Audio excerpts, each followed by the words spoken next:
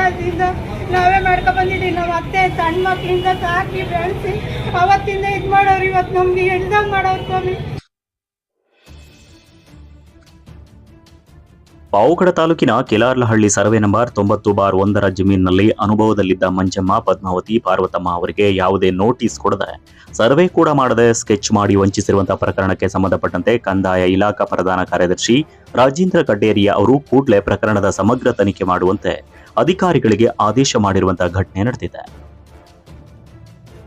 ಇದು ಪಾವಗಡ ಸರ್ವೆ ಇಲಾಖೆಯಲ್ಲಿ ಒಬ್ಬ ಭೂಮಾಪಕ ಮಂಜುನಾಥ್ ಮಾಡಿದ ಕೆಲಸ ಅಷ್ಟೇನಾ, ಇಲ್ಲ ಈತನಿಗೆ ಮತ್ತಿನ್ಯಾರಾದ್ರೂ ಸಪೋರ್ಟ್ ಮಾಡಿದ್ದಾರಾ ಅಂತ ತನಿಖೆ ಕೂಡ ಶುರುವಾಗಿದೆ.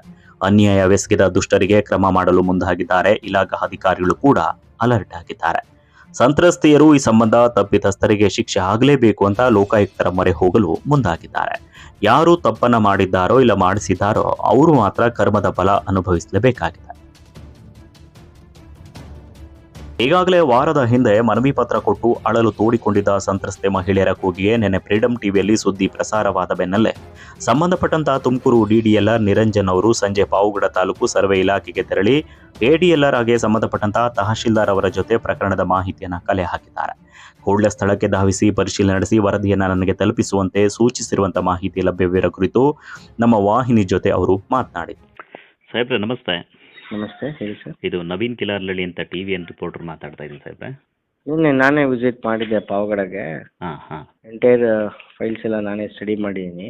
ಓಕೆ. ಅದ್ರಲ್ಲಿ ಏನೇನು ತಪ್ಪಿತ್ತು ಅದನ್ನೆಲ್ಲ ಐಡೆಂಟಿಫೈ ಮಾಡಿ ಹ್ಞೂ ಜಾಯಿಂಟ್ ಡೈರೆಕ್ಟರ್ಗೆ ಇವತ್ತು ರಿಪೋರ್ಟ್ ಹೋಗ್ತಾ ಇದೆ.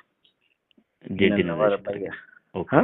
ಜಂಟಿ ನಿರ್ದೇಶಕರಿಗೆ. ಹಾಂ ಯಾಕೆಂದ್ರೆ ಅವರು ಈಗ ನಮ್ಮ ಕಾರ್ಯವ್ಯಾಪ್ತಿಯಲ್ಲಿ ಕೆಲಸದಲ್ಲಿಲ್ಲ. ಮಂಜುನಾಥ್ ಅನ್ನೋರು ಹ್ಞೂ ಹೊಸಕೋಟೆ ತಾಲೂಕಲ್ಲಿ ಕೆಲಸ ಮಾಡ್ತಾ ಇದ್ದಾರೆ, ಬೆಂಗಳೂರು ಡಿಸ್ಟ್ರಿಕ್ಟ್ ಅಲ್ಲಿ. ಓಕೆ. ಸೊ ನನ್ನ ಜ್ಯೂರಿಸ್ಡಿಕ್ಷನ್ ಇಲ್ಲ ಅಂದ್ರಿಂದ ಅವ್ರು ಏನು ತಪ್ಪು ಮಾಡಿದ್ದಾರೆ, ಹ್ಞೂ ತಪ್ಪಾಗಿರೋದನ್ನೆಲ್ಲ ನಾನು ಸ್ಟೆಪ್ ಬೈ ಸ್ಟೆಪ್ ರಿಪೋರ್ಟ್ ಮಾಡಿ ಜಾಯಿಂಟ್ ಡೈರೆಕ್ಟರ್ಗೆ ಈಗ ಆಲ್ರೆಡಿ ಬೈ ಮೆಸೇಜ್ ಕಳಿಸಿದ್ದೀನಿ. ಓಕೆ. ಲೆಟರ್ ಇವತ್ತು ಹೋಗುತ್ತೆ. I personally visited to Pavagada yesterday. I was there till 8:39. 20 owners ಸತ್ತಿದ್ದಾರೆ. ಸತ್ತಿರ್ಬೇಕಾದ್ರೆ ನಾನು ಆಫೀಸ್ಗೆ ರಿಪೋರ್ಟ್ ಮಾಡಬೇಕಾಗಿತ್ತು. That is the first mistake.